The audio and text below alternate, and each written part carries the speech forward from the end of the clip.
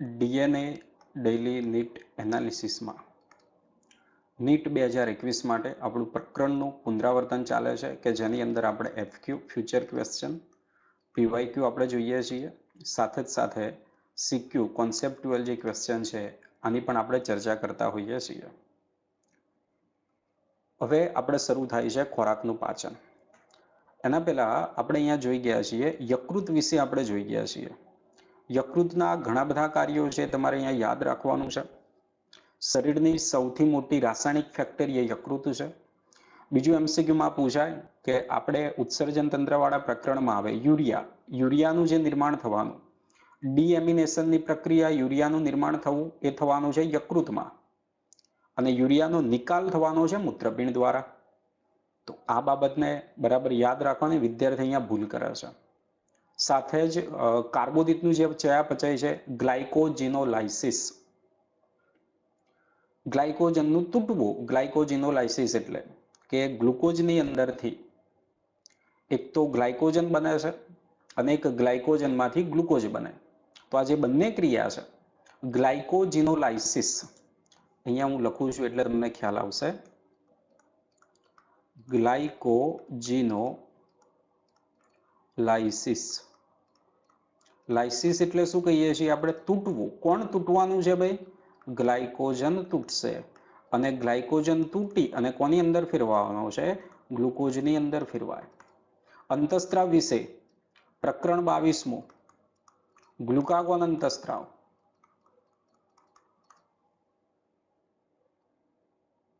Insulin અંતઃસ્ત્રાવ, એના કાર્યોની અંદર આપણને આપેલું છે ગ્લાયકોજીનોલાઇસિસ. અને એ જ રીતે બીજી એક બાબત આવશે ગ્લાયકોજીનેસિસ. ગ્લાયકોજીનેસિસ, જીનેસિસ એટલે નિર્માણ થવું. તો ગ્લુકોઝ જે છે એ ગ્લુકોઝની અંદરથી બનવાનું છે ગ્લાયકોજન. તો એને કહીશું ગ્લાયકોજીનેસિસ. અહીંયા શબ્દોથી જ યાદ રહેશે, એમસીક્યુમાં આવે તો કન્ફ્યુઝ ના થતા. લાઇસિસ એટલે તૂટવું, આપણે કહીએ ગ્લાયકોલિસિસ, ગ્લુકોઝ તૂટે. એ રીતે ગ્લાયકોજન તૂટે તો એમાંથી ગ્લુકોઝ બને છે. એ જ રીતે ગ્લાયકોજીનેસિસ, જીનેસિસ એટલે નિર્માણ થવું, ગ્લુકોઝમાંથી ગ્લાયકોજન બને. આ અંતઃસ્ત્રાવના કાર્યોમાં આવ્યું આપણે ગ્લુકાગોન, ઇન્સ્યુલિન. આ યકૃત પણ કાર્બોદિતનું ચયાપચયનું કાર્ય કરે છે. સાથે એક ગ્લુકોનિયોજિનેસિસ શબ્દ આવે કે જેમાં કાર્બોદિત વિહીન પદાર્થમાંથી ગ્લુકોઝ બને. ડિટેલમાં આપણે વાત નહીં કરીએ. હવે આપણે અહીંયા જોઈશું ખોરાકનું પાચન. ખોરાકનું પાચન આપણે પહેલા જ ભણી ગયા, વાત કરી કે ભાઈ યાંત્રિક અને રાસાયણિક પ્રક્રિયા દ્વારા પૂરી થાય છે. યાંત્રિક અને રાસાયણિક પ્રક્રિયા કેમ કહ્યું છે ભાઈ? યાંત્રિક એટલા માટે કારણ કે પરિસંકોચન થવાનું છે, ખોરાક દળાવવાનો છે, ખોરાકનો ભૂકો થવાનો છે, જઠરમાં વલોવાની ક્રિયા થવાની છે, એટલે આ થશે યાંત્રિક. રાસાયણિક કેમ થવાનું? રાસાયણિક એટલા માટે થશે કારણ કે ઘણા બધા ઉત્સેચકો, રાસાયણિક પ્રક્રિયા થવાની છે. ખોરાક જવાનો આપણો, તો ખોરાક જવાનો છે મુખ ગુહાની અંદર. આપણે જે પાચનની શરૂઆત થવાની છે મુખ ગુહાથી અહીંયા શરૂઆત થાય છે અને મુખ ગુહા અહીંયા બે કાર્ય કરે છે. એક તો ખોરાક મુખ ગુહાની અંદર જશે એટલે ચાવવાનો છે. દાંત જે આવેલા છે એનું દબાણને એમ લાગવાનું છે, ખોરાક ભૂકો થાય, ચાવવાનો છે. સાથે સાથે જ આપણી જે લાળ ગ્રંથિઓ આવેલી છે, 3 જોડ લાળ ગ્રંથિઓ આવેલી છે. ઉપકર્ણ, અધોહનુ, અધોજીવા, એમની નલિકાના નામ. ઉપકર્ણની નલિકાનું નામ હતું સ્ટેન્સનની નલિકા. અધોહનુનું નામ હતું વર્ટનની નલિકા. અધોજીવાનું નામ હતું રિવિનસની નલિકા. તો એ લાળ રસ જે છે એ લાળની મદદથી દાંત અને જીભ ખોરાકને સારી રીતે ચાવે છે અને એને શું કરે છે? મિશ્ર કરે છે. લાળ રસ જે ઉત્પન્ન થયેલો છે એ શું કરશે? તો કે જે પણ આપણા ખોરાકના જે કણો છે એ ખોરાકના કણોને ચોંટાડવાની અંદર મદદરૂપ થશે, ખોરાકને લીસો બનાવે છે, એટલે કે કોળિયો બને છે, જેના પરિણામે કોનું નિર્માણ થાય? કોળિયાનું નિર્માણ થાય. ઘણાની અંદર આવી સમસ્યા સર્જાય છે એક પ્રકારની. જો લાળ રસનો સ્ત્રાવ ના થાય તો ખોરાકનો કોળિયો નથી બની શકવાનો, આપણે ગળી શકતા નથી. આવી પણ આ અંતઃસ્ત્રાવીને લગતી સમસ્યાઓ થતી હોય છે. તો અહીંયા લાળ રસ ખોરાકના જે કણો છે, લાળ રસમાં આવેલું જે શ્લેષ્મ છે એની મદદથી એના જે કણો છે બંધિત થાય છે, લીસો બનાવે, કોળિયો બને છે. અને ઘડવાની ક્રિયા જે છે એ ઘડવાની ક્રિયા દ્વારા કોળિયો કંઠનળી અને ત્યારબાદ અન્નનળીમાં પસાર થાય છે. બીજું અહીંયા ઇમ્પોર્ટન્ટ જુઓ, આ જે કંઠનળી અને અન્નનળી જે આવેલું છે એ માત્ર ખોરાકનું જે વહન થવાનું છે, ખોરાકનું વહન, એ ખોરાકના વહનનું જ અહીંયા કાર્ય કરે છે. અહીંયા કોઈ ઉત્સેચક કે એવું આવતું નથી. તો આ તમને એમસીક્યુમાં પૂછાય.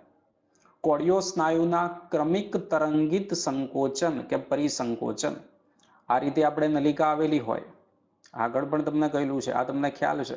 અહીંયા ખોરાક છે, ખોરાકને આગળ જવાનું છે, તો આ રીતે અહીંયા તરંગિત રીતે સંકોચન જે છે એ તરંગિત રીતે સંકોચન થતું હોય છે. અને ખોરાક જે છે એ ખોરાક શું થવાનો છે? આગળ વધવાનો છે, જેને આપણે કહીએ છીએ પરિસંકોચન. અને અન્નનળીમાં શું થઈ જાય? આગળ વધે. અન્નનળીમાંથી ખોરાક જઠરમાં જાય તો ધડામ લઈને પડી જવાનું નથી ભાઈ. ત્યાં આગળ વાલ્વ આવેલો છે, મુદ્રિકા સ્નાયુ આવેલો છે. કયો આવેલો છે ભાઈ? જઠર અન્નનાલીય મુદ્રિકા સ્નાયુ. આ જઠર અન્નનાલીય મુદ્રિકા સ્નાયુ ખોરાકને અન્નનળીમાંથી ધીમે ધીમે ધીમે જઠરની અંદર પહોંચાડે છે. એટલે કે જઠર અન્નનાલીય મુદ્રિકા સ્નાયુ જઠરમાં જતા ખોરાકનું નિયંત્રણ કરે છે. ખોરાક પાછો આવી જતો નથી. આપણને પ્રશ્ન થાય કે ભાઈ આપણને ઉલટી થાય વખત તો પાછો આવે છે. બીજું, નાના બાળકો જે હોય છે શિશુ અવસ્થાની અંદર, તો આ નાના અવસ્થા, શિશુ અવસ્થાના જે બાળક છે એમાં જઠર અન્નનાલીય મુદ્રિકા સ્નાયુ વિકસિત ના હોય, તો એના પરિણામે પણ જે નાનું બાળક ખોરાક ખાતું હોય બહાર આવે છે, એ આપણે જોઈએ છીએ. હવે આપણને અહીંયા જે લાળરસ આવેલો છે એ લાળરસનું બંધારણ અહીંયા આપેલું છે, આ આપણે જોઈએ. તો લાળરસની અંદર ઇલેક્ટ્રોલાઇટ્સ આવેલા છે અને બીજું ઉત્સેચકો આવેલા હોય છે. લાળરસમાં રહેલો જે એમાઇલેજ, એ એમાઇલેજને શું કહીશું ભાઈ? ટાઇલિન કહેવામાં આવે છે. લાઇસોજાઇમમાં આવેલો હોય તો લાઇસોજાઇમ શું કરશે ભાઈ? જીવાણુનાશક તરીકે વર્તે છે. લાઇસોજાઇમ કોના તરીકે વર્તે? જીવાણુનાશક તરીકે વર્તે છે. જુદા જુદા આપણે માનવ સ્વાસ્થ્ય રોગોની અંદર અંતરાય આપેલા છે. તમે જણાવજો, લાળરસનો સ્ત્રાવ થાય, લાઇસોજાઇમ કયા પ્રકારના અંતરાયમાં આવશે? હવે આ એમાઇલેજ, લાઇસોજાઇમ મુખ ગુહાની અંદર આનો શું થઈ જાય? સ્ત્રાવ થાય છે. અને આપણા ખોરાકની જે પાચનની શરૂઆત છે, એ ખોરાકના પાચન થવાની શરૂઆત મુખ ગુહાથી શરૂ થઈ જાય. આપણે યાદ રાખવાનું એમસીક્યુ માટે, પાચનની રાસાયણિક પ્રક્રિયા કઈથી શરૂ થઈ જાય છે ભાઈ? પાચનની રાસાયણિક પ્રક્રિયા મુખ ગુહાથી અહીંયા શરૂ થઈ જાય છે. અને આપણે જે ખોરાકની અંદર લઈશું કાર્બોદિત, અને અહીંયા આપણું કોણ રહેલું છે? લાળરસ એમાઇલેજ એટલે કોણ છે ભાઈ? ટાઇલિન છે. એ ટાઇલિન આ કાર્બોદિત એટલે સ્ટાર્ચનું પાચન કરે છે અને એને કોની અંદર ફેરવે છે? માલ્ટોજની અંદર ફેરવે છે. અને અહીંયા મુખ ગુહાની અંદર જે પીએચ છે, એ પીએચ આપણે કેટલી આપી છે? 6.8, એટલે લગભગ તટસ્થ પીએચ છે. જઠરની અંદર એસિડિક પીએચ આવશે, નાના આંતરડાની અંદર બેઝિક પીએચ છે. આ પણ ખાસ તમારે અહીંયા યાદ રાખવાનું છે. આ તમને ખરા ખોટા વિધાનમાં પૂછાય. કેટલા ટકા? તો કે 30% જેટલો જે સ્ટાર્ચ છે એ 30% જેટલા સ્ટાર્ચનું શું કરે છે? પાચન કરે છે. બીજું, આ જે આપણું સ્ટાર્ચનું પાચન કરવાનું છે ટાઇલિનની મદદથી અથવા તો એમાઇલેજની મદદથી, તો એ આપણો જે રાંધેલો ખોરાક આપણે જે ખાઈએ છીએ એનું એ પાચન કરે છે. બાકીના જે માંસાહારી પ્રાણીઓ હોય તો એમાં ટાઇલિન આવેલું હોતું નથી. આગળ વધીએ. લાઇસોજાઇમની આપણે વાત કરી તો એ ચેપ સામે રક્ષણ આપે છે. લાઇસોજાઇમ શું કરે છે ભાઈ? આપણને ચેપ સામે રક્ષણ આપવાનું કાર્ય કરે છે. ઓકે, તો આ લાઇસોજાઇમ અહીંયા યાદ રાખવાનું છે. ક્લિયર છે અહીંયા? તો પાચનની શરૂઆત મુખ ગુહાથી. હવે ઘણીવાર એમ્સની પરીક્ષાની અંદર પણ અથવા તો આગળ પણ પ્રશ્ન આવા પૂછાયેલા છે કે ભાઈ વધારે પડતો આપણે લીંબુનો રસ કે એવું કંઈ પીવામાં આવે તો મુખ ગુહા જે હશે એની અંદર પીએચ બદલાવાની છે અને એની અસર જે કાર્બોદિત હશે એ કાર્બોદિતના ચયાપચય એટલે કે પાચન ઉપર એની થતી હોય છે. હવે ખોરાક ધીમે ધીમે અન્નનળીમાંથી ખોરાક કઈ જતો રહ્યો ભાઈ? આપણે જઠરમાં. તો આ તો વાત થઈ ગઈ મુખ ગુહામાં જે પાચન થવાનું છે એની અહીંયા વાત થઈ. વધારાના કોઈ તમે એમસીક્યુ જોયા હોય અથવા તો કોઈ જગ્યાએ આવે પણ ખરું કે ભાઈ આ જીવાણુનાશક તરીકે લાઇસોજાઇમ વર્તે, સાથે સાથે થાયોસાઇનેટ પણ જે આવેલું હોય એ થાયોસાઇનેટ પણ એ જીવાણુનાશક બેક્ટેરિયાનો નાશ કરવાનું કાર્ય કરે છે. ખોરાક ગયો હવે આપણે જઠરની અંદર. કઈ ગયો છે ખોરાક ભાઈ? જઠરની અંદર ગયો. હવે જઠરના શ્લેષ્મ સ્તરમાં જઠર ગ્રંથિ આવેલી છે. અહીંયાથી પણ આપણને એમસીક્યુ પૂછાઈ શકે કે ભાઈ જઠરના કયા સ્તરમાં અધશ્લેષ્મ સ્તર આપે, શ્લેષ્મ સ્તર આપે, લસી સ્તર આપે, સ્નાયુ સ્તર આપે. તો એનું જે શ્લેષ્મ સ્તર સૌથી અંદરનું જે સ્તર છે એમાં જઠર ગ્રંથિ આવેલી છે. અને આ જે જઠર ગ્રંથિ આવેલી છે એ મુખ્ય 3 પ્રકારના કોષો આવેલા છે. જઠર ગ્રંથિમાં કેટલા પ્રકારના? મુખ્યત્વે 3 પ્રકારના કોષો આવેલા આપણને જોવા મળવાના છે. એક, આ તો દરેકને ખ્યાલ છે ભાઈ, શ્લેષ્મનો સ્ત્રાવ કરતા કયા કોષો છે ભાઈ? ગોબલેટ કોષો છે. કયા કોષો છે? ગોબલેટ કોષો અથવા તો શ્લેષ્મીય ગ્રીવા કોષો. આવા પણ એમસીક્યુ પૂછાયેલા છે કે ભાઈ ગોબલેટ કોષોને નુકસાન થવાથી જે ખોરાકનું વહન સરળતાથી થવાનું હોય એ સરળતાથી થઈ શકતું નથી, કારણ કે શ્લેષ્મનું નિર્માણ થતું નથી. સાથે જ બીજા કયા કોષ આવેલા છે ભાઈ? પેપ્ટિક અથવા તો મુખ્ય કોષ. કયા કોષ કહીશું આપણે? પેપ્ટિક અથવા તો મુખ્ય કોષ એવું કહેવામાં આવે. અથવા તો આને આપણે બીજું નામ આપવું હોય તો ઝાયમોઝોનના કોષ એવું પણ કહેવામાં આવે છે. કયા કોષ કહીશું આપણે? ઝાયમોઝોન કોષ એવું કહીશું. કારણ કે આ શું કરે છે ભાઈ? નિષ્ક્રિય ઉત્સેચકનો સ્ત્રાવ કરે છે. શું કાર્ય કરે છે? નિષ્ક્રિય ઉત્સેચકનો સ્ત્રાવ કરે છે. એટલા માટે આપણે કહીએ છીએ એને ઝાયમોઝોનના કોષ તરીકે આપણે ઓળખવામાં આવે છે. ત્રીજા જે કોષ આવેલા છે, ત્રીજા કોષ છે પેરાઇટલના કોષ અથવા તો આપણે કહીએ છીએ ઓક્ઝેન્ટિક કોષ. ગોબલેટ કોષ દ્વારા શ્લેષ્મનો સ્ત્રાવ થશે. મુખ્ય કોષ, પેપ્ટિક કોષ અથવા તો ઝાયમોઝોનના જે કોષ છે એના દ્વારા નિષ્ક્રિય ઉત્સેચક પેપ્સિનોજનનો સ્ત્રાવ થવાનો છે. ઓક્ઝેન્ટિક કોષ અને પેરાઇટલના જે કોષ આવેલા છે એના દ્વારા બે, એક તો HCl અને કોનો સ્ત્રાવ થવાનો છે? અંતર્ગત કારકનો સ્ત્રાવ થાય છે. અહીંયા આ અંતર્ગત કારક આવેલો છે વિટામિન B12ના શોષણ સાથે સંકળાયેલો છે, એના માટે આવશ્યક છે. અહીંયાથી એમસીક્યુ પૂછાયેલો છે, પાછલા વર્ષની અંદર એમસીક્યુ પૂછાયેલો છે. હવે વિટામિન B12 જે છે એ વિટામિન B12ની જરૂર પડે છે આપણે રક્તકણના નિર્માણ માટે. કોના માટે જરૂર પડે છે? રક્તકણના નિર્માણ માટે. તો એ રીતે ફેરવીને એમસીક્યુ પૂછાય તો કે ભાઈ જો આપણે અહીંયા કયા કોષોને અથવા તો જો ઓક્ઝેન્ટિક કોષોને નુકસાન થાય છે, બરાબર, તો આ વિટામિન B12 એટલે કે રક્તકણનું જે નિર્માણ છે એ રક્તકણના નિર્માણ ઉપર એની અસર થતી હોય, આ પ્રકારે એમસીક્યુ પૂછાયો. રક્તકણનું નિર્માણ થવાનું હોય તો આગળ આપણું ચેપ્ટર 22મું ચેપ્ટર તમે યાદ કરો. 22મા ચેપ્ટરમાં કે જે અંતઃસ્ત્રાવી ગ્રંથિ નથી છતાં પણ અંતઃસ્ત્રાવનો સ્ત્રાવ કરે એ અંગો અને પેશી, એમાં મૂત્રપિંડમાં જેજીના કોષો દ્વારા ઉત્પન્ન થતું હતું ઇરિથ્રોપોએટિન. કોણ ઉત્પન્ન થાય છે? ઇરિથ્રોપોએટિન. ઇરિથ્રોપોએટિન ક્યાં કામ કરે છે ભાઈ? ઇરિથ્રોપોએટિન કામ કરે છે લાલ અસ્થિમજ્જા ઉપર. કોના પર કામ કરે? લાલ અસ્થિમજ્જા ઉપર.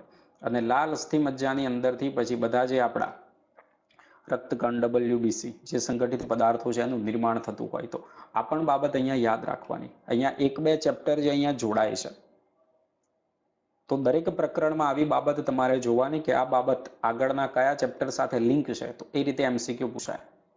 આગળ તો જ્યારે ખોરાક જઠરની અંદર આવે છે તો જઠર ગ્રંથિ જે આવેલી છે એ 3 પ્રકારના કોષો એની અંદર આવેલા હોય છે, જેની આપણે વાત કરી.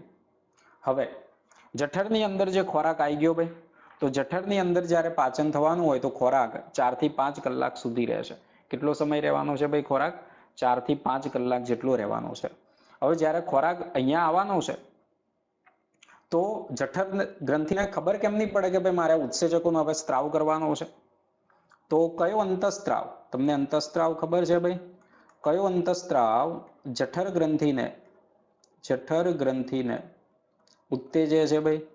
કયો ઉત્તેજશે? કયો અંતઃસ્ત્રાવ? ગેસ્ટ્રીન આવશે. કોણ આવશે ભાઈ? ગેસ્ટ્રીન અંતઃસ્ત્રાવ. આ ગેસ્ટ્રીન અંતઃસ્ત્રાવ જઠર ગ્રંથિને, આ જે જઠર રસ જે 3 કોષો છે એને એ ઉત્તેજિત કરે છે, બરાબર, અને જઠર રસના સ્ત્રાવને પ્રેરે. આ પણ યાદ રાખજો. ખોરાકનો સંગ્રહ 4 થી 5 કલાક સુધી થાય. જઠરના જે દિવાલમાં જે સ્નાયુ આવેલા છે વલોવાની ક્રિયા કરશે. અહીંયા આપણે પીએચની વાત કરીએ તો પીએચ એસિડિક છે. પીએચ એસિડિકની આપણે જરૂરિયાત કેમ છે? કારણ કે આપણું જે નિષ્ક્રિય ઉત્સેચક પેપ્સિનોજન છે એ સક્રિય કરવા માટે. તો એ જઠર રસ સાથે મિશ્ર થાય અને આ જે એસિડિક જે ખોરાક બન્યો છે અર્ધપાચિત, જેને આપણે કહીએ છીએ જઠર પાક એવું કહીએ છીએ. શું કહીએ છીએ? જઠર પાક એવું આપણે કહેવામાં આવે છે. હવે અહીંયા ક્રિયા શું થવાની છે ભાઈ? આપણું જે પેપ્સિનોજન આવેલું છે, કોણ આવેલું છે? પેપ્સિનોજન. આપણું આ જે પેપ્સિનોજન આવેલું છે એ કોની હાજરીમાં ભાઈ? મંદ HCl ની હાજરીમાં. તો જે HCl આવેલો છે એ HCl ની હાજરીની અંદર આ કોની અંદર ફેરવાઈ જવાનું છે? પેપ્સિનની અંદર ફેરવાઈ જશે. કોની અંદર ફેરવાઈ જશે? પેપ્સિનની અંદર ફેરવાઈ જાય. અને આ જે આપણું પેપ્સિન આવેલું છે એ પેપ્સિન પ્રોટિયોલાઇટિક ઉત્સેચક છે કે જે હવે પ્રોટીન જે આવેલું છે એ પ્રોટીનને પ્રોટીઓજીસ અને પેપ્ટોનમાં ફેરવે છે. કોની અંદર ફેરવશે? પ્રોટીઓજીસ અને પેપ્ટોનની અંદર ફેરવે છે. એની જે શૃંખલા કેટલી છે ભાઈ, એના આધારે અહીંયા એમના નામ આપેલા છે આપણે, પ્રોટીઓજીસ અને પેપ્ટોન. તો HCl ની જરૂરિયાત કેમ છે? તો કે HCl ની જરૂરિયાત આપણે અહીંયા સક્રિય કરવા માટે પેપ્સિનોજનને. બરાબર, તો આ ખ્યાલ આવી ગયો તમને. હવે બીજું, આ બાબત ઇમ્પોર્ટન્ટ, અહીંયાથી MCQ પૂછાઈ શકે છે. વિદ્યાર્થીઓ યાદ રાખે છે માત્ર શ્લેષમાં. અહીંયાથી આપણે ફ્યુચર ક્વેશ્ચન પૂછાઈ શકે છે. જઠરમાં આવેલું શ્લેષમાં અને બીજું ખાસ આ બાયકાર્બોનેટ. આપણે દાખલા તરીકે એનો પીએ, એસિડિટી કેમ થાય એનો પીએ તો એમાં પણ આ બાયકાર્બોનેટ આવે. તો જઠર રસમાં તો HCl નો સ્ત્રાવ થાય, તો જઠરની જે દિવાલ છે એને રક્ષણ આપવું પડે. તો જે ગોબલેટ કોષો શ્લેષ્માનો સ્ત્રાવ થાય એ રક્ષણ આપે છે. સાથે સાથે જઠર રસની અંદર બાયકાર્બોનેટ હોય. તો આ બધું એટલે કે જઠર રસમાં આવેલું શ્લેષ્મ અને બાયકાર્બોનેટ શ્લેષ્મ સ્તરનું અધિચ્છદનું ઊંજણ તરીકે કામ કરે છે અને મંદ HCl થી બચાવે છે. મંદ HCl જે આવેલો છે એ શું કામ કરે એ આપણે કહ્યું, તો કે જે પેપ્સિનોજનને સક્રિય કરે અને પેપ્સિન માટે એસિડિક માધ્યમે પૂરું પાડે છે. ખબર પડી ભાઈ? તો આ રીતે આગળ પ્રોટિયોલાઇટિક ઉત્સેચક રેનિન. પ્રોટિયોલાઇટિક ઉત્સેચક કયો છે ભાઈ? રેનિન. આ માત્ર કોની અંદર છે? નવજાત શિશુની અંદર જ આ આવેલો હોય છે. આ પણ MCQ પાછલા વર્ષમાં પહેલા પૂછાયેલો છે. અને જે પ્રોટીનના પાચનમાં મદદ કરે છે. કોની અંદર મદદરૂપ થાય છે ભાઈ? પ્રોટીનના પાચનમાં મદદરૂપ થાય. બરાબર, અને એ પ્રોટીનનું પાચન કરશે અને જે મિલ્ક પ્રોટીન જે આવેલું હોય એનું પાચન કરે. એટલે કે જે કેસીન આપણે કહીએ છીએ, બરાબર, મિલ્ક જે પ્રોટીન આવેલું છે જેને આપણે કહીશું કેસીન, એનું પાચન કરવાનું એ કામ કરશે. બીજું, જઠર ગ્રંથિ દ્વારા ઓછા પ્રમાણમાં લાઇપેજનો પણ સ્ત્રાવ થાય છે. કોનો સ્ત્રાવ થાય છે? લાઇપેજનો પણ સ્ત્રાવ થાય છે લિપિડના પાચન માટે. તો જઠરની અંદર આ પાચનની ક્રિયા પૂરી થઈ. હવે ખોરાક છે એ જઠરમાંથી ધીમે ધીમે આગળ નાના આંતરડાની અંદર જવાનો છે. જઠરમાંથી ખોરાક જ્યારે નાના આંતરડામાં જશે તો એ જગ્યાએ વાલ આવેલો છે, નિજ જઠર મુદ્રિકા સ્નાયુ, એની મદદથી ધીમે ધીમે ખોરાક આગળ વધવાનો છે. તો અહીંયા આપણે જોઈએ નાના આંતરડામાં વિવિધ પ્રકારના હલનચલન ઉત્પન્ન થાય છે અને આ જે હલનચલન ઉત્પન્ન થશે વિવિધ સ્ત્રાવો સાથે મિશ્ર કરવા મદદરૂપ થાય. અને નાના આંતરડાની અંદર જે ખોરાક છે એ પિત્ત રસના સંપર્કમાં, સ્વાદુરસ અને આંત્રરસના સંપર્કમાં આવશે. પિત્ત રસ અને સ્વાદુરસ કોણ લાવશે? તો કે યકૃત સ્વાદુપિંડ નલિકા, ઓડીનો મુદ્રિકા સ્નાયુ છે, એની મદદથી પક્વાશયની અંદર પિત્ત રસ સ્વાદુરસ ઠાલવે છે. અહીંયા દરેકનું આપણે બંધારણ જોઈશું. તો જુઓ, સ્વાદુરસ અને પિત્ત રસ યકૃત સ્વાદુપિંડ નલિકા દ્વારા મુક્ત થશે. સ્વાદુરસમાં અહીંયા જો નિષ્ક્રિય ઉત્સેચક આવેલા છે. નિષ્ક્રિય ટ્રિપ્સિનોજન, કાઇમોટ્રિપ્સિનોજન અને પ્રોકાર્બોક્સીપેપ્ટિડેઝ. કોણ આવેલું છે? પ્રોકાર્બોક્સીપેપ્ટિડેઝ. આ કયા સ્વરૂપે આવેલા છે ભાઈ?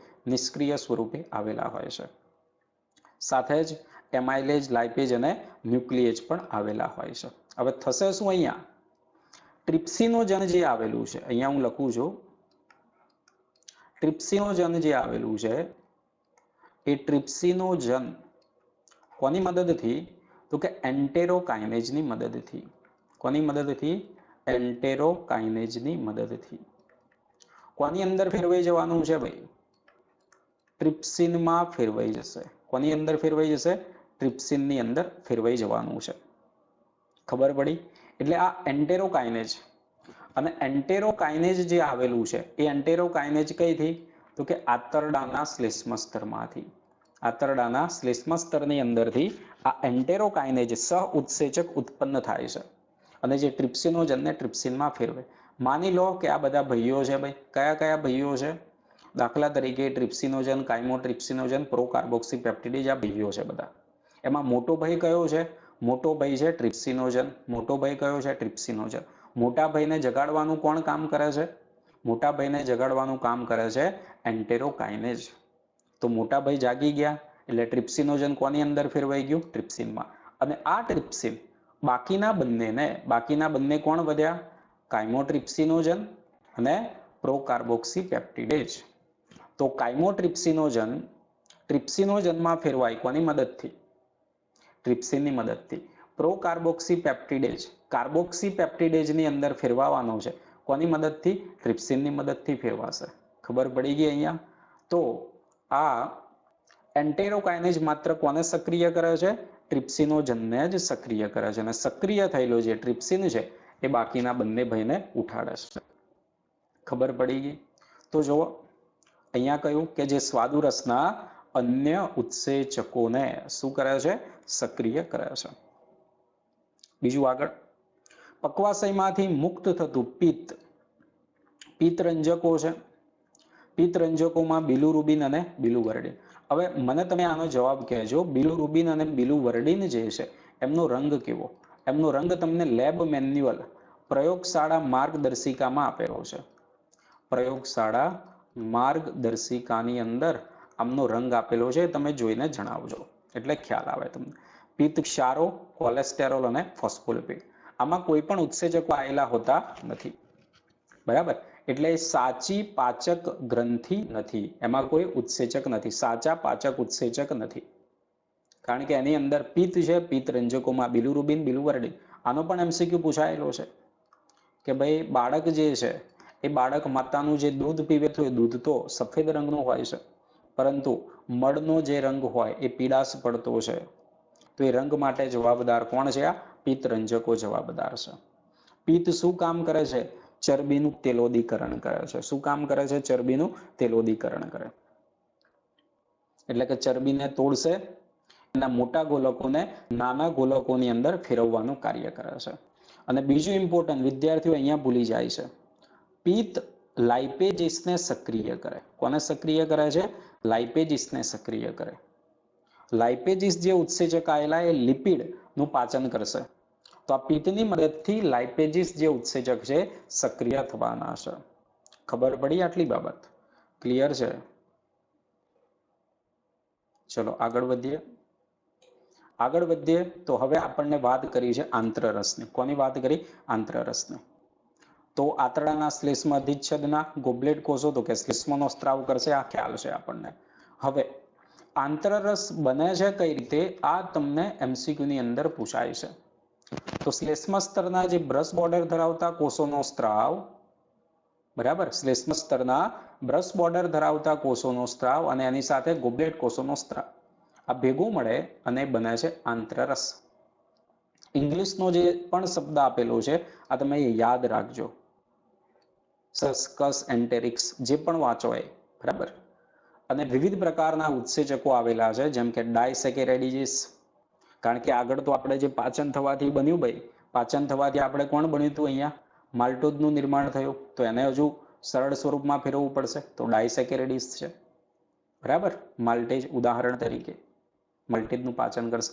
ડાયપેપ્ટિડેજીસ છે, જે પેપ્ટાઇડની નાની શૃંખલાઓ છે એના માટે. લાઇપેસ છે, ન્યુક્લિયોસાઇડેજ છે. અને બીજું, શ્લેષ્મ સ્વાદુપિંડના બાયકાર્બોનેટ સાથે મળી આંતરડાના શ્લેષ્મ સ્તરનું એસિડ સામે રક્ષણ તથા ઉત્સેચકીય પ્રક્રિયા માટે અલ્કલીય માધ્યમ પૂરું પાડે છે.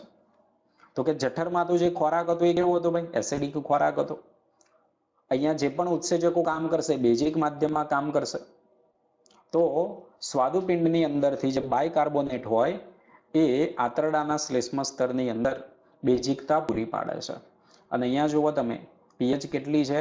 7.8 છે. બીજું, અધશ્લેષ્મ ગ્રંથિઓ પણ તેમાં મદદ કરે. બ્રુનર્સ ગ્રંથિ. બ્રુનર્સ ગ્રંથિ કયા હતી ભાઈ? પક્વાશયના અધશ્લેષ્મ સ્તરમાં કયા આવેલી છે? પક્વાશયના અધશ્લેષ્મ સ્તરની અંદર ભ્રૂનર ગ્રંથિ આવેલી છે. આ પણ MCQ ની અંદર પૂછાઈ ચૂકેલું છે. ક્લિયર છે? હવે જુઓ, આંતરડાની અંદર પહોંચેલો જે પણ ખોરાક છે એ ખોરાક જઠર પાકમાં પ્રોટીન હોય, પ્રોટીઓજીસ હોય, પેપ્ટોન હોય. હવે આ તમને પૂછાય પેપ્ટોન્સ એ શું છે? પેપ્ટોન્સ તો કે અંશત જળ વિભાજિત પ્રોટીન. પ્રોટીન તો કે આખી મોટી પોલીપેપ્ટાઇડની શૃંખલા છે, પરંતુ એનું થોડું પાચન થવાથી એ થોડી તૂટી જાય છે, ટૂંકી શૃંખલા થઈ ગઈ, તો એને કહીશું આપણે પેપ્ટોન્સ. હવે જો અહીંયા પાચન થવા માટે સ્વાદુ રસના જે પણ ઉત્સેચકો છે, આગળથી આપણે કોણ આવી ગયું ભાઈ? પ્રોટીન હોય, પેપ્ટોન્સ અને પ્રોટીઓજીસ આવી ગયું. જઠરમાં જે પાચન થયું તો જઠરની અંદર પાચન થવાથી કોણ બન્યું હતું ભાઈ? પેપ્ટોન્સ અને પ્રોટીઓજીસ. તો એમનું પાચન કરશે ટ્રિપ્સિન, કાઇમોટ્રિપ્સિન, કાર્બોક્સીપેપ્ટિડેઝ, એને ફેરવે છે ડાયપેપ્ટાઇડની અંદર. એ જ રીતે પોલિસેકેરાઇડ આવેલા હોય તો એના માટે કોણ છે? આ એમાઇલેજ છે, જેને કોની અંદર ફેરવે છે? માલ્ટોઝની અંદર ફેરવે છે. એ જ રીતે પિત્ત અને લાઇપેજની મદદથી પિત્ત ક્ષાર ને બધું આવેલા, તેલુદીકરણની બધી પ્રક્રિયા અહીંયા કરવાના છે. તો આગળ એ લિપિડને પહેલા લાઇપેજીસમાં, પછી ડાયગ્લિસરાઇડ અને મોનોગ્લિસરાઇડ, અને હજુ પાચન પૂરું થયું નથી. સ્વાદુ રસની અંદર જે ન્યુક્લિયેજ ઉત્સેચક આવેલો હોય ન્યુક્લિક એસિડ ઉપર કામ કરશે અને એને ન્યુક્લિએજીસ જે ઉત્સેચક છે એ ન્યુક્લિક એસિડને ન્યુક્લિયોટાઇડમાં ફેરવશે. અને ન્યુક્લિયોટાઇડ જે આવેલા છે એ ન્યુક્લિયોસાઇડેજ જે આવેલું એની મદદથી ન્યુક્લિયોસાઇડ્સની અંદર ફેરવાશે. ક્લિયર છે? હજુ આમને આપણે સરળ સ્વરૂપની અંદર રૂપાંતરિત કરવાના. બીજું અહીંયા આપણને વાક્ય આપ્યું, આ અંતિમ તબક્કો આંતરડાના શ્લેષ્મી અધિચ્છદની કોષોની ખૂબ જ નજીક થાય છે, કારણ કે એમને સરળ સ્વરૂપમાં ફેરવવાના છે અને પછી આપણે એમનું કરવાનું છે અભિશોષણ. આગળ વધીએ. હવે જુઓ અહીંયા જે અણુની અંદર ભણી ગયા તમને ખ્યાલ છે ગ્લુકોઝ બે મોનોસેકેરાઇડ ભેગા કરીશું તો બનવાનું છે માલ્ટોઝ. તો હવે જે માલ્ટોઝ છે એ માલ્ટોઝનું જળ વિભાજન થશે માલ્ટેજ ઉત્સેચકની મદદથી અને બનશે ગ્લુકોઝ. એ જ રીતે ડાયપેપ્ટાઇડ હોય તો ડાયપેપ્ટિડેઝ ઉત્સેચકમાં સરળ સ્વરૂપ બની ગયું, એમિનો એસિડનું સરળ સ્વરૂપ. તો હવે આગળ કશું થશે નહીં. લેક્ટોઝ છે તો લેક્ટેજ ઉત્સેચકની મદદથી ગ્લુકોઝ અને ગેલેક્ટોઝ, લેક્ટોઝ બનેલું છે ગ્લુકોઝ અને ગેલેક્ટોઝ. સુક્રોઝ છે તો સુક્રેજ ઉત્સેચકની મદદથી ગ્લુકોઝ અને ફ્રુક્ટોઝ. ન્યુક્લિયોટાઇડ આવેલા છે તો ન્યુક્લિયોટાઇડેઝ, ન્યુક્લિયોસાઇડ્સ, અને પછી શર્કરા અને બેઝિસ આ રીતે છૂટા પડે છે. એક્સ અને વાય પ્રકારના ખાલી જગ્યા પ્રકારના MCQ અહીંયા પૂછાય. એ જ રીતે આપણું જે લિપિડ છે તો લિપિડ અંતે કોની અંદર ફેરવાઈ જાય છે ભાઈ? ફેટી એસિડ અને ગ્લિસરોલની અંદર ફેરવાઈ જાય છે. હવે આ બધા જ વિઘટન થઈ નાના આંતરડાના પક્વાશય ભાગમાં થાય છે, બરાબર, અને સરળ ઘટકો નાના આંતરડાના મધ્યાંત્ર અને શિશાંત્રના ભાગમાં શોષાય છે. આ પણ ઇમ્પોર્ટન્ટ વાક્ય. એક જ શબ્દ જો અહીંયાથી ફેરવી દે, મધ્યાંત્રની જગ્યાએ અધ્યાંત્ર કરી દે અને તમને સરખું જ લાગશે. અધ્યાંત્ર તો કોનો ભાગ છે ભાઈ? અધ્યાંત્ર તો મોટા આંતરડાનો ભાગ છે. તો અહીંયા શબ્દો ખાસ બંને યાદ રાખજો, મધ્યાંત્ર અને શેષાંત્ર. આ મધ્યાંત્ર અને શેષાંત્ર છે એની અંદર ઘટકો શોષાશે. જેમનું પાચન નથી થયું, જે ઘટકો શોષી નથી શકાયા, એ ઘટકો કઈ જવાના છે? ધીમે ધીમે મોટા આંતરડામાં જશે. હવે અહીંયા ઇમ્પોર્ટન્ટ આપ્યું, મોટા આંતરડામાં પાચનની ક્રિયામાં કોઈ એનું મહત્વની ભૂમિકા નથી, પરંતુ આપણું જે પાણી છે, ખનિજ તત્વો, ઔષધો આવેલા એનું અભિશોષણમાં એ મદદરૂપ થાય છે. શ્લેષ્મનો પણ અહીંયા સ્ત્રાવ થવાનો છે, ગોબલેટ કોષો આવેલા હશે અને અપાચિત જે કણો છે એ કણોને ભેગા કરે છે અને ભેગા કરવાથી ધીમે ધીમે આગળ એમનું સરળતાથી વહન થાય એટલે ઊંજણ તરીકે કાર્ય કરે છે. અને મળ કોને કહીશું? આ તો ખ્યાલ છે કે ભાઈ અપાચિત અને અશોષી શકાયેલા જે દ્રવ્યો છે જેને આપણે શું કહીશું ભાઈ? મળ તરીકે ઓળખવામાં આવશે. જે ઇલિયોસિકલ વાલ્વ દ્વારા, કયા વાલ્વ દ્વારા? ઇલિયોસિકલ વાલ્વ દ્વારા મોટા આંતરડાના અધ્યાંતરમાં દાખલ થાય છે. કયો વાલ આવેલો છે ભાઈ? ઇલિયોસિકલ વાલ આવેલો છે. એની મદદથી એ મોટા આંતરડાના અધ્યાંતરમાં દાખલ થાય છે, જે મળને પાછો જતો રોકે છે. અને મળ છે કોની અંદર સંગ્રહ થશે? મળાશયની અંદર. આગળ હવે શું થયું અહીંયા? આ જેટલી પણ અહીંયા ક્રિયા થવાની, જઠર આંતરીય માર્ગના વિવિધ ભાગોની આ જે બધી ક્રિયાશીલતા છે અહીંયા કુદરતી અને અંતઃસ્ત્રાવી નિયમન હેઠળ થાય છે. અંતઃસ્ત્રાવી નિયમનની આપણે વાત કરીએ તો ગેસ્ટ્રિનની આપણે વાત કરીએ છીએ. ગેસ્ટ્રિન જે આવેલો છે જઠર ગ્રંથિને ઉત્તેજિત કરે છે જઠર રસનો સ્ત્રાવ કરવા માટે. એ જ રીતે કે જ્યારે ખોરાક જઠરની અંદર નથી, જઠર જ્યારે ખાલી થઈ ગયેલું હોય તો એ દરમિયાન કોણ ઉત્પન્ન થવાનું છે ભાઈ? GIP ઉત્પન્ન થવાનું છે. આના માટે તમે અંતઃસ્ત્રાવી માટે ચેપ્ટર 22 ધોરણ 11 નું ચેપ્ટર 22 એનું પેજ નંબર 342 ઉપર થોડું વાંચવાનું એટલે તમને ખ્યાલ આવશે. GIP આપેલો છે, ગેસ્ટ્રિક ઇન્હિબિટરી પેપ્ટાઇડ, જઠર રસનો સ્ત્રાવ જઠરને વલોવવાનું બંધ કરશે. CCK આપેલો છે જે સ્વાદુપિંડ અને પિત્તાશય ઉપર કામ કરશે. CCK પિત્તાશયનું સંકોચન કરશે, પિત્ત રસનો સ્ત્રાવ કરાવડાવશે. તો આ પ્રકરણની અંદર જોજો, આપણે રિવિઝનમાં પણ જોઈશું આગળ. તો જઠર અને આંતરીય સ્ત્રાવ પણ સમાન રીતે કુદરતી સંકેતો દ્વારા ઉત્તેજિત થતા હોય છે. આપણે ખોરાકને જોઈએ છીએ, સૂંઘવામાં આવે છે, ઘણા યાદ કરવામાં આવે છે, તો પણ લાળ રસનો સ્ત્રાવ થતો હોય છે. પાચન માર્ગના વિવિધ ભાગોના સ્નાયુઓની ક્રિયાઓ પણ સ્થાનિક અને મધ્યસ્થ ચેતાતંત્ર એમ બંને દ્વારા સ્થાનિક, અહીંયા શું શબ્દ લખ્યો ભાઈ? સ્થાનિક. એક આખું મોટું ચેતાતંત્ર, અતરંગીય ચેતાતંત્ર આપણને આપેલું છે ભાઈ વિદ્યાર્થી મિત્રો, એ યાદ રાખજો તમે. તો જે રીતે આપણું મગજ આખું એક કંટ્રોલ તરીકે વર્તે છે, એ જ રીતે અતરંગીય જે ચેતાતંત્ર આવેલું છે ભાઈ આપણે, કોષ્ઠાંતરનું ચેતાતંત્ર, તો ઘણો મોટો ભાગ આપણો જે પેટનો જે ભાગ, ઉદરનો જે ભાગ, પાચન માર્ગ જે આવેલું છે એ જગ્યાએ આવેલું છે. એટલે આપણે કહીએ છીએ કે ભાઈ જેવા પ્રકારનો ખોરાક હશે એવા પ્રકારના આપણા વિચાર ને બધું થવાનું છે. આગળ પાચક રસોના સ્ત્રાવનું અંતઃસ્ત્રાવી નિયંત્રણ જઠર અને આંતરીય શ્લેષ્મ સ્તર, એ તમને વાત કરી અહીંયા જોશો બરાબર. એટલે CCK છે, GIP છે, ગેસ્ટ્રિન છે, સિક્રિટિન છે, આ બધા આવશે. હવે આગળ આપણે જોવાનું છે કે ભાઈ આપણે ખોરાકની અંદર જે ખાઈએ છીએ, ખોરાકમાં આપણે ખાઈએ છીએ પ્રોટીન, કાર્બોદિત અને ચરબી, એમાંથી કેટલી કેલરી આપણને મળે? જે પણ તમે વિદ્યાર્થીઓ ફૂડ પેકેટ ખાતા હશો, ગોપાલ છે, બાલાજી છે, અવધ છે, રામદેવનું છે, ઘણા બધા ફૂડ પેકેટ હોય, અને કોઈ પણ આપણે ફૂડ પેકેટ, કોઈ પણ ખોરાકના જે પેકેટ હોય એમાં પાછળ ન્યુટ્રિશન ઇન્ફોર્મેશન આપણને આપેલી હોય. એમાં આપ્યું હોય કે ભાઈ આટલું પ્રોટીન, આટલું કાર્બોદિત, આટલી ચરબી, આટલો ખોરાક ખાશો તમે 100 ગ્રામ, 80 ગ્રામ, 50 ગ્રામ, તો તમને આટલી એમાંથી એનર્જી મળશે.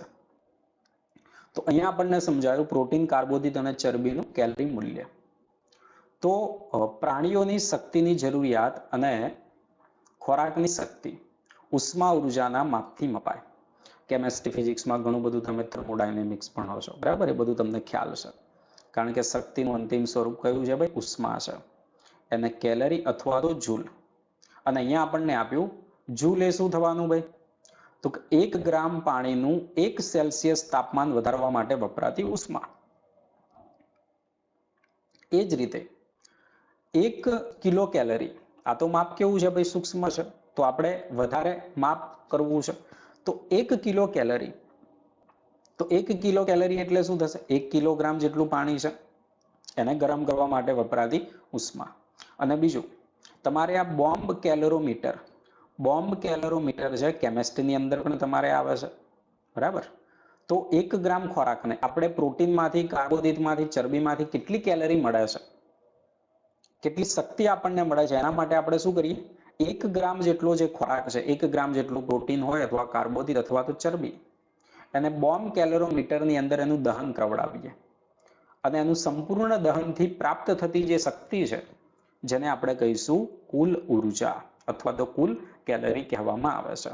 અને અહીંયા આ ખરા ખોટાના વિધાનમાં પૂછાઈ શકે, એકદમ સરળ વાક્ય છે પણ પૂછાઈ શકે ખરા ખોટામાં. ઓક્સિજન યુક્ત બંધ ધાતુની પેટી, ઓક્સિજન વિહીન એમ કરી દે તો વિધાન ખોટું થઈ ગયું. તો આ યાદ રાખજો બરાબર. તો 1 ગ્રામ ખોરાકના વાસ્તવિક દહન માટે જરૂરી ઉર્જા દેહધાર્મિક ઉર્જાનું મૂલ્ય કહીએ. અને જે 1 ગ્રામ જેટલું કાર્બોદિત ખાઈશું તો 4.1, પ્રોટીનમાંથી 5.65, ચરબીમાંથી 9.45 મળશે. એનું આ દેહધાર્મિક મૂલ્ય આના આધારિત આપણે ગણતરી કરીએ છીએ। જે પણ એમસીક્યુ છે એની ગણતરી આના આધારિત કરવામાં આવે છે। આ પણ પ્રશ્ન પૂછાઈ ચૂકેલા છે। દાખલા તરીકે એમસીક્યુમાં પૂછે કે ભાઈ 50 ગ્રામ જેટલા તમે અનાજ ખાવ છો, 100 ગ્રામ જેટલું તમે શુદ્ધ ભેંસનું ઘી ખાધું છે, શુદ્ધ ભેંસનું ઘી 100 ગ્રામ જેટલું ખાધું છે, બરાબર, અને 100 ગ્રામ જેટલા ફણગાવેલા તમે મગ ખાધ્યા છે, તો આટલામાંથી તમને કેટલા કિલો કેલરી મળવાની છે। 50 ગ્રામ શું કહ્યું ભાઈ? ધાન્ય કોઈ ખાધેલું છે। 100 ગ્રામ શુદ્ધ ભેંસનું ઘી, હા ભાઈ શુદ્ધ ભેંસનું ઘી ખાધું તમે, અને ફણગાવેલા મગ ખાધ્યા છે 100 ગ્રામ જેટલા, તો કેટલા કિલો કેલરી તમને અહીંયાથી શક્તિ મળવાની છે? તો એના માટે શું કરવાનું ભાઈ? 50 ગુણ્યા 4 કરવાનું, બરાબર। કેમ? તો કે કાર્બોદિત માટે, પ્રોટીન માટે પણ 100 ગુણ્યા 4 કરવાનું, અને ચરબી માટે 100 ગુણ્યા 9 કરવાનું। જે જવાબ આવશે ટોટલ આપણને શક્તિ અહીંયાથી મળવાની છે। ચલો આગળ વધીએ। આગળ ખૂબ જ મહત્વનો આપણને ટોપિક આપેલો છે, જેમાંથી પ્રશ્નો અહીંયા પૂછાઈ ચૂકેલા છે। પાચિત ઉત્પાદનોનું અભિશોષણ, પ્રકરણનું નામ હતું આપણે પાચન અને અભિશોષણ। તો હવે આપ્યું અહીંયા પાચિત ઉત્પાદનોનું અભિશોષણ। અભિશોષણ એટલે શું? તો કે પાચનની જે અંતિમ નિપજો છે, એમિનો એસિડ બની ગયા, ગ્લુકોઝ જે બની ગયો છે, ફ્રુક્ટોઝ જે છે, એના આંતરીય શ્લેષ્મ સ્તર મારફતે કાં તો આપણે રુધિરમાં પહોંચાડીશું અથવા તો લસિકામાં પ્રવેશવાની ક્રિયા, આ ક્રિયાને આપણે કહીએ છીએ અભિશોષણ। આ ક્રિયાને શું કહીશું આવે છે? જુદી જુદી રીતે થવાનું છે, નિષ્ક્રિય રીતે। હવે જે નવી ચોપડી બદલાયેલી હશે ભાઈ, એની અંદર અલગ રીતે આપેલું છે, ચોપડી છે એની અંદર થોડો બદલાવ આપેલો હશે, એ અહીંયા આપણે જોઈ લઈશું। કેટલાક પદાર્થો નિષ્ક્રિય રીતે અભિશોષણ પામે, કેટલાક સક્રિય રીતે અભિશોષણ પામે છે ભાઈ, અને કેટલાક સાનુકૂલિત વહન। આ ત્રણ બાબતો તમને ખ્યાલ છે। અહીંયા આપણને પહેલું જ આપેલું છે કે ભાઈ ઓછી માત્રામાં ગ્લુકોઝ જેવા મોનોસેકેરાઇડ, ઓછી માત્રામાં કોણ આપ્યું? ગ્લુકોઝ જેવા જે મોનોસેકેરાઇડ છે, એ ગ્લુકોઝ જેવા મોનોસેકેરાઇડ, એમિનો એસિડ અને કેટલાક અહીંયા તમને આપેલું છે કેટલાક ઇલેક્ટ્રોલાઇટ, જેમ કે ક્લોરાઇડ જે આયનો છે, આમનું સાદા પ્રસરણ દ્વારા શોષાય છે। કોના દ્વારા? સાદા પ્રસરણ દ્વારા। ઇંગ્લિશની બુકની અંદર પણ આ જ રીતે આપેલું છે। Small amount of a monosaccharide like glucose, amino acid and some electrolyte like chloride ion are generally absorbed by simple diffusion। તો આ વાક્ય તો બરાબર છે, આ જ રીતે અહીંયા આપણને આપેલું છે। સાંદ્રતા રોડાંશ આધારિત થતું હોય છે, નિષ્ક્રિય રીતે થાય કે નિષ્ક્રિય આપણને ખબર છે, વધુ સાંદ્રતાથી ઓછી સાંદ્રતા તરફ થશે। હવે આગળ આપણને આપેલું છે some substance like glucose and amino acid, કેટલાક ઘટકો જેવા કે ફ્રુક્ટોઝની જગ્યાએ કોણ આવશે ભાઈ? ગ્લુકોઝ। ફ્રુક્ટોઝની જગ્યાએ કોણ છે? ગ્લુકોઝ છે। આ સુધારો કરજો, જો વિદ્યાર્થીઓને નવી બુક હશે તો કોઈ સુધારો કરવાની જરૂર નથી। ગ્લુકોઝ અને કેટલાક એમિનો એસિડ, ગ્લુકોઝ અને કેટલાક જે એમિનો એસિડ છે એ વાહક પ્રોટીનની મદદથી, કોની મદદથી? વાહક પ્રોટીનની મદદથી, તો એને કહીશું આપણે સાનુકૂલિત વહન। અહીંયા વાક્ય લખીએ, બોલું છું।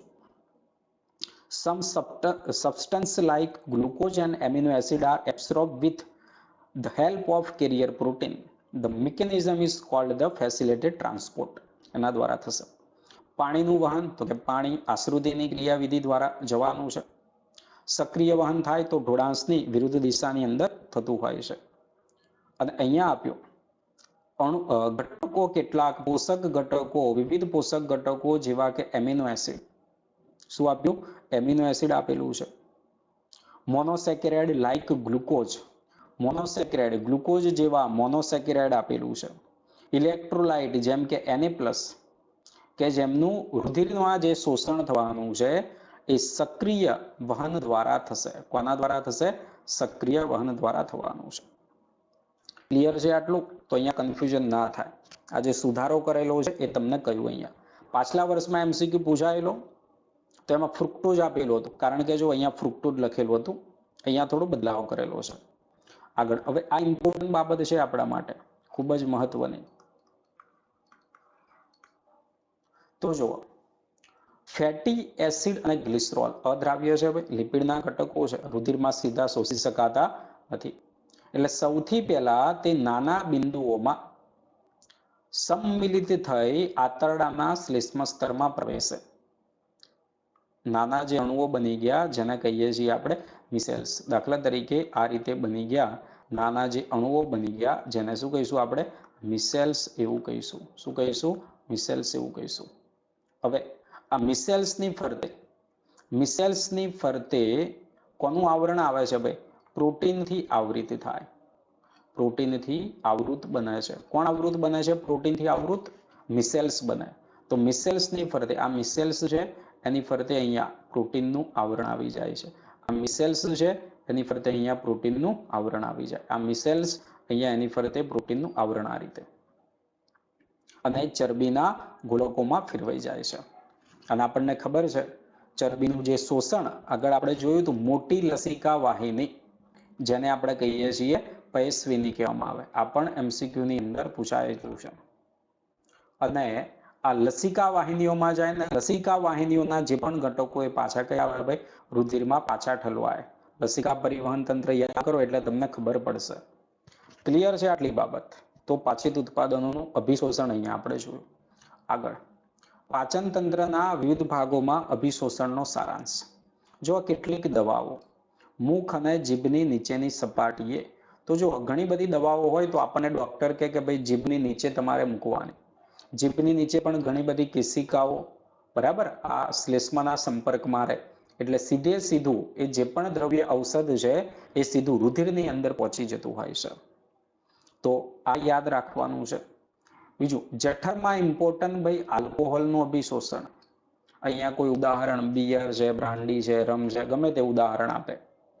દારૂનું અભિશોષણ ના બધું કઈ થવાનું છે? તો અહીંયા સ્પષ્ટ આપણને NCERT-માં શું કહ્યું છે ભાઈ? જઠરમાં અભિશોષણ થાય એવું લખ્યું છે. એટલે આવા કોઈ MCQ ગમે તે રીતે ફેરવીને પૂછાય છે. અંતિમ નિપજો તો આપણે આવી ગયું ગ્લુકોઝ હોય, ફ્રુક્ટોઝ હોય, ગ્લિસરોલ બરાબર, ફેટી એસિડ, એમિનો એસિડ, આ બધા પ્રવાહ રુધિરના પ્રવાહમાં અને લસિકામાં અભિશોષણ થાય છે. લસિકાની અંદર તો કે ફેટી એસિડ અને ગ્લિસરોલ જશે. મોટા આંતરડાની અંદર તો કે પાણી અને ખનિજ તત્વો, કેટલીક દવાઓનું જ અહીંયા અભિશોષણ થવાનું છે. ક્લિયર છે? તો અહીંયા આલ્કોહોલ ખાસ અહીંયા યાદ રાખજો. ચલો આગળનો શબ્દ આપ્યો આપણને સ્વાંગીકરણ. આપણે વાત કરી હતી પાચનની ક્રિયા. પાચન થાય તો પહેલા અંતઃગ્રહણ, અંતઃગ્રહણ પછી પાચન, પાચન પછી અભિશોષણ થાય, અભિશોષણ પછી સ્વાંગીકરણ થાય. સ્વાંગીકરણ એટલે શું? અભિશોષિત થયેલા જે પણ પદાર્થો છે અને પેશીઓને પહોંચાડવામાં આવે. દાખલા તરીકે ગ્લુકોઝનું જે અભિશોષણ થયું, ગ્લુકોઝની જરૂર મગજને છે, મગજના પેશીના ભાગને પહોંચાડ્યું. બધા ભાગને જરૂર છે શક્તિની, દ્રવ્યોની, આ સ્વાસ્થ્ય પદાર્થોની, એ પહોંચાડવામાં આવે. ત્યાં જઈને એમનું કોષીય શ્વસન થાય, પછી આપણને પ્રાપ્ત થાય શક્તિ. આગળ પાચનના જે નક્કામાં ઘટકો છે એ કોણ બનાવી દીધું ભાઈ? મળનું નિર્માણ થઈ ગયું. અને મળતાગની જે ઈચ્છા આપણને પેદા થાય એ કેવી છે ભાઈ? કુદરતી ચેતાકીય પરાવર્તી ક્રિયા છે. આખી આ ક્રિયા થાય જેના પરિણામે આપણને મળ ત્યાગની ઈચ્છા પેદા થાય છે. અને મળનો મળદ્વાર બહાર નિકાલે ઐચ્છિક પ્રક્રિયા છે. એટલે કે મળદ્વારના ભાગની અંદર જે સ્નાયુ આવેલા છે, આપણું જે પાચન માર્ગ છે, પાચન માર્ગના અંદરના બધા કોષ્ટાંતર સ્નાયુ છે એની જાતે ક્રિયા થશે. પરંતુ મળદ્વારના ભાગની અંદર જે સ્નાયુ આવેલા હોય એ ઐચ્છિક સ્નાયુ આવેલા હોય છે. અને પછી અહીંયા તરંગવત સંકોચન એટલે કે પરિસંકોચન થશે અને મળ જે છે મળદ્વાર મારફતે બહાર આવશે. તો આ પણ બાબત અહીંયા યાદ રાખવાની છે, તમારે ભૂલવાનું નથી. ચલો છેલ્લો ટોપિક પ્રકરણનો આપણે જોઈ લઈએ, પાચન તંત્રની અનિયમિતતાઓ. આમ તો ઘણી બધી અનિયમિતતાઓ હોય પણ NCERT-માં જે આપેલી છે એ જ તમારે અહીંયા ધ્યાન પર લેવાની છે. ચલો દાખલા તરીકે પાચન માર્ગની બળતરા થાય. બળતરા થાય તો કે બેક્ટેરિયા અથવા તો વાયરસનો ચેપ થાય, જેના પરિણામે આવું આપણને થઈ શકે છે. દાખલા તરીકે આપણને કાકડા, તો કે કાકડા થવા એ પણ આ પાચન તંત્રને લગતી જ સમસ્યા થવાની છે. બરાબર. બળતરા થાયની આપણે વાત કરી, જઠરની અંદર સોજો આવે, ગેસ્ટ્રાઇટિસની સમસ્યા આપણને થઈ શકતી હોય છે. આ ઉપરાંત આંતરડાની અંદર ઘણા બધા ભાઈ પરોપજીવી રહે છે. આગળ પ્રાણી સૃષ્ટિમાં પણ ઘણા આપણે ભણી ગયા, માનવ સ્વાસ્થ્ય રોગોની અંદર પણ ભણી ગયા, જેમ કે પટ્ટી કૃમિ છે, ગોળ કૃમિ, તંતુ કૃમિ, અંકુશ કૃમિ, પિંડ કૃમિ, આ બધા જુદા જુદા પ્રકારના કૃમિ છે અને જે આપણને બીમારી કરે છે. એન્ટમીબા હિસ્ટોલાઇટિકા દ્વારા અમીબાયોસિસની બીમારી થાય, એ પણ માનવ સ્વાસ્થ્ય રોગોની અંદર આપેલી છે, એ પણ અહીંયા એમસીક્યુની અંદર પૂછાઈ શકે છે. હવે આપણને અહીંયા આપ્યું ભાઈ પીડિયો આપેલો છે, બરાબર. તો આની અંદર કોણ અસર પામે છે ભાઈ? યકૃત અસર પામે છે. યકૃત અસર પામે છે. યકૃતની અંદરથી જે કોનું નિર્માણ થવાનું હોય ભાઈ? આપણે પિત્તરસનું જે પિત્તરંજકો જે છે એની જમાવટથી ત્વચા અને આંખોનો જે ભાગ છે એ કેવા થઈ જાય ભાઈ? પીળા રંગના થઈ જતા હોય છે. આવું કેમ થઈ શકે? કાં તો વધારે પડતા પિત્તરંજકોનું એનું નિર્માણ થતું હોય, પિત્તરંજકોનું ઉત્પાદન વધુ થતું હોય, બરાબર, અથવા તો જે નિકાલ કરવાનો નિકાલ ના થઈ શકતો હોય, હિપેટાઇટિસની જે સમસ્યા છે એ દરમિયાન, તો પીડિયો, જોન્ડિસ, આ દરેકને ખ્યાલ છે. ઉલટીની ક્રિયા, ઉલટી માટે ઉલટી, છીંક, ખાંસી, આ બધાના જે નિયંત્રણ, જે નિયમન છે એ કઈ થાય ભાઈ? લંબમજ્જાની અંદર થાય છે. કઈ થાય? લંબમજ્જાની અંદર. આનું કેન્દ્ર તમે આ યાદ રાખજો. ઉલટી થવા માટેનું જે કેન્દ્ર છે એ કેન્દ્ર અહીંયા આવેલું છે લંબમજ્જામાં. ઉલટી પહેલા આપણને શું થાય ભાઈ? બેચેની થાય. ઉલટીના ઘણા બધા કારણ હોઈ શકે છે. શરીરની અંદર હાનિકારક કોઈ દ્રવ્ય કે એવા ઝેરી પદાર્થો ગયેલા હોય તો શરીર એનો સ્વીકાર કરશે નહીં, બહાર નીકાળશે. બીજું, ઘણીવાર આપણે પ્રવાસની અંદર જતા હોય, કોઈને આવી પણ સમસ્યા થતી હોય, સ્પીડમાં ગાડી જતી હોય, બસની અંદર કોઈને બેસવાનું થાય, ગાડીની અંદર બેસવાનું થાય તો પણ સમસ્યા થાય. ચક્રોડની અંદર કે એમ આપણે કોઈ જગ્યાએ બેસીએ છીએ તો એના પરિણામે પણ આ ઉલટી આપણને થતી હોય છે. ઝાડા, ડાયરિયા કયા? તો ડાયરિયાની અંદર શું થાય ભાઈ?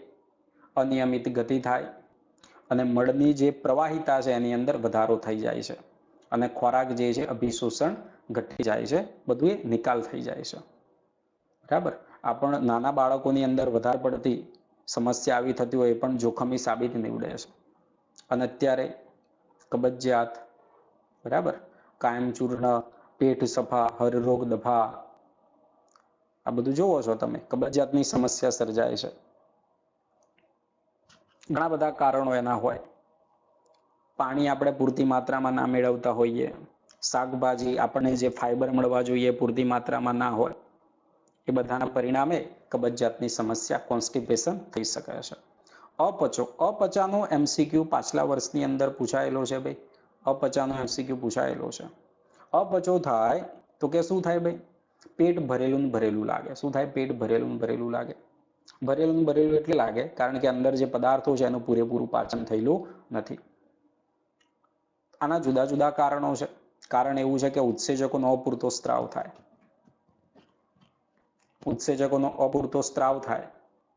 હવે આપણે કહીએ નાના બાળકોને એમ હોઈએ, તમે અનુભવ્યું હશે નાના હશો ત્યારે, આપણને ડોક્ટર જોડે લઈ જાય ને કે ભાઈ આને ભૂખ લાગે એવી દવાને એવું આપો, આ તો કશું ખાતો નથી, પેટ ભરેલું ભરેલું આવું લાગે છે. તો ઉત્સેચકોનો અપૂરતો સ્ત્રાવ છે.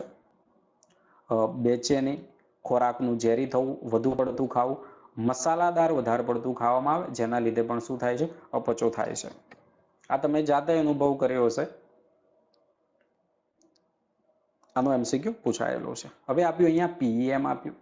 પીએમ નું પૂરું નામ, આ સરળ છે પણ ઘણીવાર પૂછાઈ શકે. પ્રોટીન એનર્જી માલ ન્યુટ્રિશન. અહીંયા આપણે વધારે વાત નહીં કરીએ. અહીંયા આપણે ખાસ વાત કરીશું અહીંયા મરાસમસ અને ક્વેશિયોકરની વાત કરીએ છીએ, બરાબર. આ બંને બીમારીના એમસીક્યુ પાછલા વર્ષોની અંદર પૂછાઈ ચૂકેલા છે. બંનેના એમસીક્યુ પાછલા વર્ષોની અંદર પૂછાઈ ચૂકેલા છે. મરાસમસ શું આપ્યું? પ્રોટીન અને કેલરીની ઉત્તેજનાત્મક ઉણપને કારણે પેદા થાય છે. અને ક્વેશિયોકોર કેલરીની ઉણપથી અલગ પ્રોટીનની ઉણપથી પેદા થાય છે. કોનાથી પેદા થાય? પ્રોટીનની ઉણપથી પેદા થાય છે. મરાસમસની અંદર શું થયું? તો કે 1 વર્ષથી નાનું જે બાળક છે કે જેને માતાના દૂધના બદલે ખૂબ જ વહેલો બીજો ખોરાક આપ્યો, આપણે સ્તનપાન ના કરાયું, બીજો ખોરાક આપ્યો, અને બીજો ખોરાક કે જેની અંદર પૂરતી માત્રામાં પ્રોટીન પણ નથી અને એમાં કેલરી પણ નથી. તો મરાસમસ પ્રોટીન અને કેલરી બંનેની ઉણપથી થાય છે. તો દૂધ માતાનું ના આપવામાં આવે શિશુને, એની જગ્યાએ બીજો ખોરાક આપવામાં આવે કે જેમાં પ્રોટીન અને કેલરી ઓછું હોય, જેના પરિણામે આ ખામી સર્જાય છે. બીજું એવું પણ થઈ શકે કે બે જે ગર્ભધારણ વચ્ચેનો સમય ઓછો હોય, બરાબર, એટલે અહીંયા લખ્યું કે ભાઈ મોટું શિશુ હજુ નાનું હોય ત્યારે આવું થઈ શકે છે. બે ગર્ભધારણનો સમયગાળો 2 વર્ષનો કે એવો હોય તો એના પરિણામે પણ એ પૂરતી માત્રામાં એ પોષણ એમને પ્રાપ્ત થતું નથી. મરાસમસની અંદર શું થાય? તો કે પ્રોટીનની ઉણપ, પ્રોટીન નથી મળતું, ઉણપ થશે. પ્રોટીનની ઉણપ થાય એટલે શું થાય ભાઈ? વૃદ્ધિ વિકાસ ઉપર એની અસર થવાની છે. અતિક્ષીણતા, ઉપાંગો, પ્રાણી સૃષ્ટિમાં પ્રભાવી પ્રોટીન, કોલેજન ખબર છે, બધી ક્રિયાઓ થાય એમાં પ્રોટીન જરૂરી છે. તો ત્વચા શુષ્ક, પાતળી અને કરચલીયુક્ત થવાની છે. વજનમાં પણ ઘટાડો થાય. મગજના જે પણ વૃદ્ધિ થવાની હોય એ પણ થતી નથી. એટલે માતાનું જે દૂધ છે એ દૂધ ખૂબ જ મહત્વનું છે. પછી ક્વોશિયોકોરની વાત કરીએ તો શું કહ્યું ભાઈ? પ્રોટીનની ઉણપથી થાય છે. આ કોની અંદરથી થાય? 1 વર્ષથી વધુ ઉંમરના બાળકને. માતાના દૂધની જગ્યાએ શું આપ્યું ભાઈ? ઊંચી કેલરી વાળો ખોરાક તો આપ્યો, પરંતુ પ્રોટીન પૂરતી માત્રામાં એને મળતું નથી, ઓછા પ્રોટીન વાળો આપ્યો. બરાબર. અહીંયા પણ જે નુકસાન, સ્નાયુઓને અસર થવાની, ઉપાંગો, વૃદ્ધિ, મગજનો વિકાસ અહીંયા પણ નિષ્ફળ જાય છે, નબળો પડી જાય છે. બરાબર. તો આ લક્ષણ બંનેમાં સામાન્ય આવે છે. અને આ મરાસમસથી જુદું કયું પડશે આ લક્ષણ? તો કે મરાસમસથી જુદું પડશે ચરબીનું ત્વચાની નીચે જમા થાય છે. અને ચરબી ત્વચાની નીચે જમા થશે, જેના પરિણામે ફૂલેલો ભાગ આપણને જોવા મળે છે. એટલે કે એવા શરીરના ભાગની અંદર સોજા આવે છે. તો આ અલગ લક્ષણ પડશે. તો વિદ્યાર્થી મિત્રો, પ્રકરણ આપણું અહીંયા 16મું પાચન અને અભિશોષણ પૂરું થયું. આગળ પછી નવું પ્રકરણ આપણે 17મું પ્રકરણ શ્વસન તંત્ર મનુષ્યની અંદર એ આપણે જોઈશું. બીજું વિદ્યાર્થી મિત્રો, આપણી જે એપ્લિકેશન છે DNA ડેઇલી નીટ એનાલિસિસ, આ એપ્લિકેશનને પણ તમે ડાઉનલોડ કરો અને આની અંદર પણ 12 થી વધુ ટેસ્ટ દરેક વિદ્યાર્થી તમે ફ્રીની અંદર આપી શકો છો. સાથે જ ગુજરાતી માધ્યમની સૌથી મોટી ઓનલાઈન ટેસ્ટ સિરીઝ 90 થી પણ વધારે ઓનલાઈન ટેસ્ટ છે. વિદ્યાર્થીઓને આપણને પ્રશ્ન થાય કે ભાઈ એનસીઆરટી આધારિત એમસીક્યુની પ્રેક્ટિસ કઈથી કરવાની? તો અહીંથી તમે કરી શકશો. બીજું, અહીંયા કોઈ પણ પ્રકારનું શેડ્યુલ નથી. તમને જ્યારે અનુકૂળ થાય, અનુકૂળતા મુજબ તમે ટેસ્ટ આપી શકો. બધા ટેસ્ટ મૂકેલા હોય, તમને એમ થયું આજે આ પ્રકરણ વાંચ્યું, રિવિઝન કર્યું, તૈયાર કર્યું, એનો ટેસ્ટ આપી દો. બીજું, ટેસ્ટ આપશો એટલે જેટલા પણ એમસીક્યુ છે એ તમને જ્યાં સુધી પરીક્ષા પૂરી નહીં થાય ત્યાં સુધી દેખાશે. એટલે કે એક પ્રકારની તમારી ઈ બુક પણ થઈ ગઈ ભાઈ. એમસીક્યુ પણ તમને જોવા મળશે સાચા જવાબ સાથે, અને બીજું તમે ઓનલાઈન ટેસ્ટ પણ આપી શકશો, એ પણ એનસીઆરટી આધારિત. તો એ ડાઉનલોડ કરજો અને જોજો. એનસીઆરટી તૈયાર કરવાની છે, કોઈ પણ પ્રકારની ચિંતા કરવાની નથી. આપણે શક્ય બને એમ વધુમાં વધુ પ્રકરણનું આ રીતે પુનરાવર્તન કરીશું. આપણો ટાર્ગેટ છે બાયોલોજીની અંદર આપણે કેટલા માર્ક્સ લાવવાના છે ભાઈ? 340+ માર્ક્સ લાવવાના છે. Thank you. હા ભાઈ, ચેનલને સબસ્ક્રાઈબ કરજો, બીજા વિદ્યાર્થી મિત્રો છે એમને શેર કરજો. Thank you.